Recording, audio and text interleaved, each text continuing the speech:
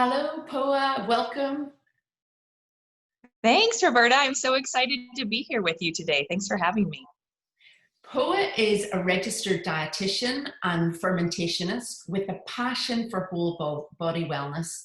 She has taken 20 years plus of experience and now funnels it into her one-to-one coaching program with a whole foods focus. Poa, it is great to connect today and learn more about your approach as a health coach, and have Yeah. you share some inspiration with us on how you lead your healthier lifestyle.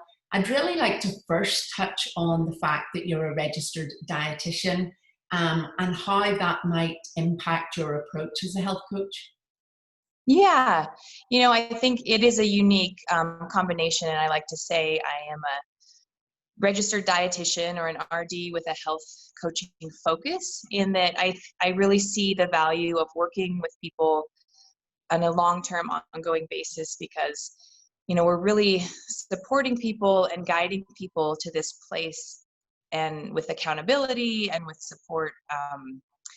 It just makes so much sense to me to support in that way. And you know my approach isn't a quick fix. It's to me really the alignment feels good in making it sustainable and making it really doable um, for clients to get to a place that it isn't a quick fix solution, and being able to guide them on an ongoing basis makes a lot of sense to me.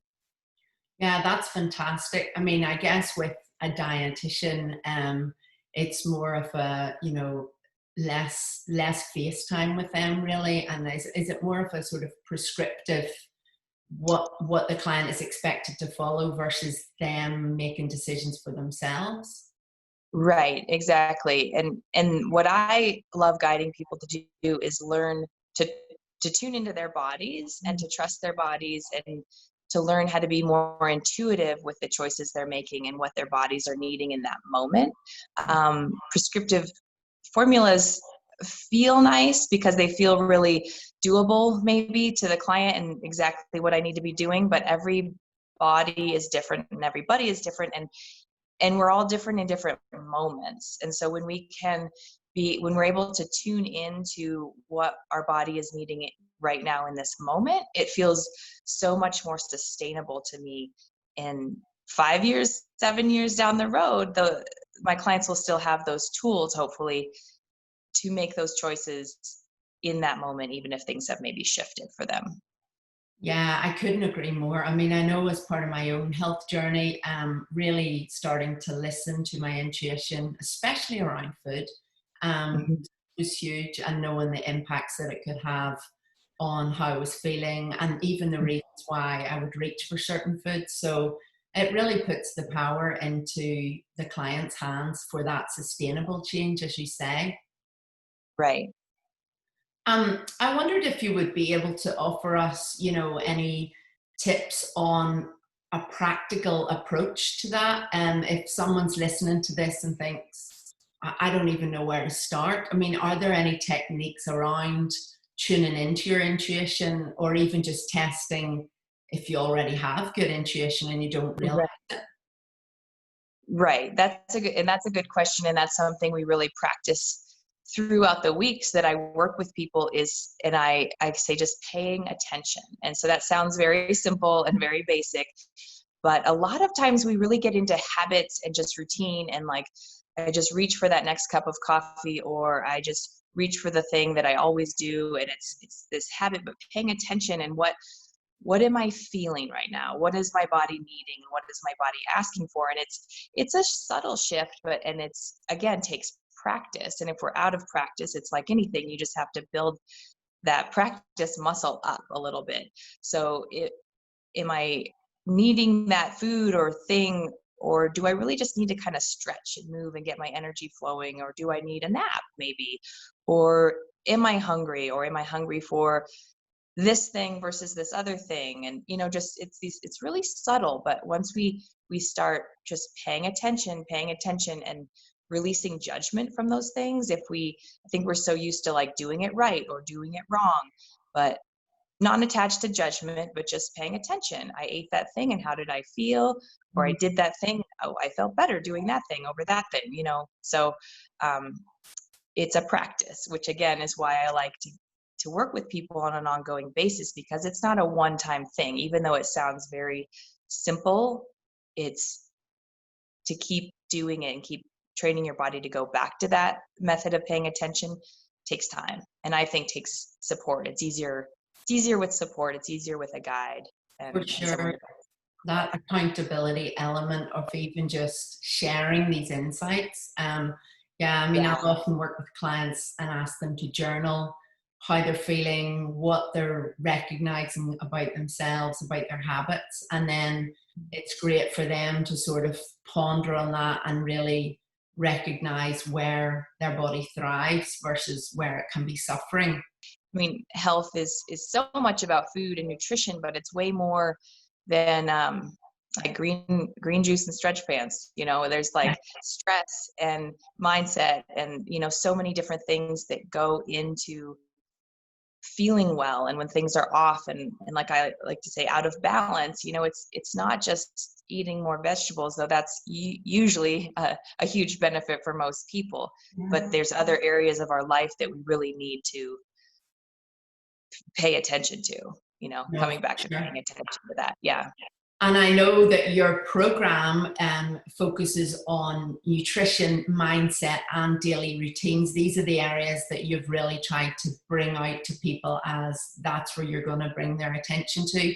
And certainly at this Right. time, during, the pandemic, a lot of people have been rocked. Their usual lifestyle it can't be the way it would be normally. And in particular, I think in the conversations that I'm having, it's those routines that had been serving people are now being disrupted, and they're not in a routine that is serving them in the best way.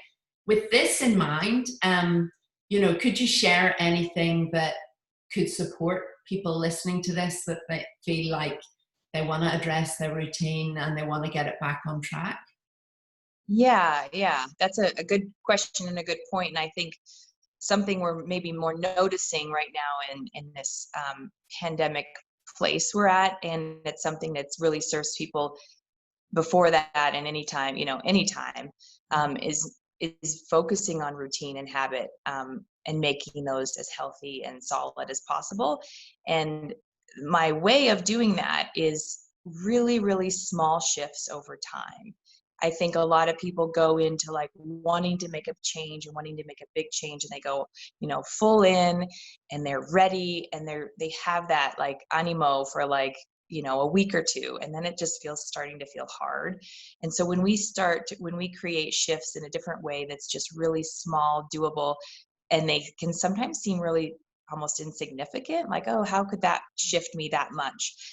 It feels so much lighter. Like that's what my clients they're like, oh, that was really easy. That felt like no big deal to incorporate into my week. And that's what I'm going for, because if we pivot, just a little bit within time, we're in a completely different place. And I add on small doable shifts throughout the 10 weeks that I work with clients, and build on those things and make them habits and make them kind of so easy go to that you're not thinking about it as much, just the way we just, brush our teeth before we go to bed, or do the other little habit things that we're thinking about, but we're not really thinking about and putting a lot of hard, stressful energy into. And those shifts really can change the trajectory of our health in the long run. And that's why I see it as more sustainable, because those things stick, Yeah. and we can notice how they feel in our bodies.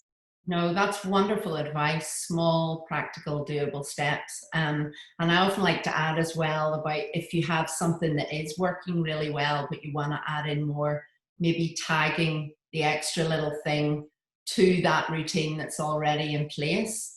Yeah. Can really be helpful too. If you always have to walk your dog in the morning and you want to incorporate some breath work or meditation, well, why don't you Yes. breathing before you step out the door, or maybe you can do it on the move. And my business is your healthier lifestyle. Health is a journey, not a destination, right? Um, Yes. I always like to ask anyone I'm speaking with, what is your next step on your healthier lifestyle? Is there something that you can do to inspire those listening? Yeah, yeah. I love what you just said because it is a journey, and you and I are health coaches and teaching people these things, and it's also like we're always working on our own things and making things a little bit more solid for ourselves. And for me right now, the way I'm juggling life and business and being a mom and all the things, uh, recognizing and tuning into like a meditative kind of tuning in practice is really important to me. That's a little bit harder to juggle and make space for more tangible to-do lists, like emailing someone back. Check, I did that.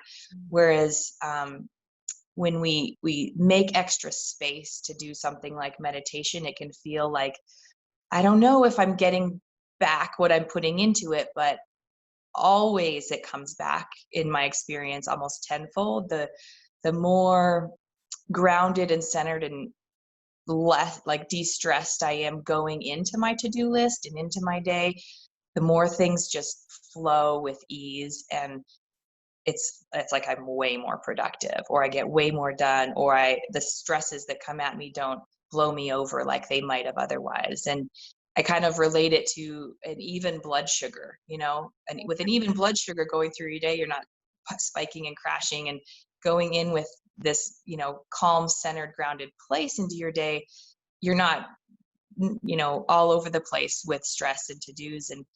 And as I say that, it doesn't even have to be a 20 to 30 to 40-minute meditation. It can seriously be 3 to 7 to 10 minutes of tuning into yourself, doing a little bit of breath work, maybe a guided meditation, and just calming and centering and being still for a moment, and that can really shift the whole makeup of your day going forward. So that's something I'm working on, because as well, like I said, it can feel like an extra thing to pile on, but it really creates a lot more space in Yeah, the day sure. when If it's it's done. screwing up the quality of the rest of the time that you spend on other things, it really is a worthwhile investment. That's really great insight.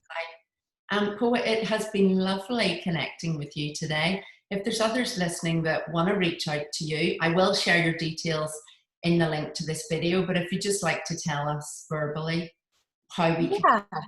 Yeah. Thank you so much again, Roberta, for having me. And my website is wydailyroots.com, wyomingdailyroots.com. And my package is Purposefully You Realigning to Balance, which is a 10-week journey with me, just, feeling more energetic and confident in your health and joyful with life. And I love supporting clients. I'm also on Facebook, and I have a Facebook group, Daily Balanced Wellness, and Instagram at Daily Roots. So love for people to find me and follow me and reach out to me with questions and connect. I love it. So thanks for having me. All right. Thank you so much. See you. Bye. Bye. Take care.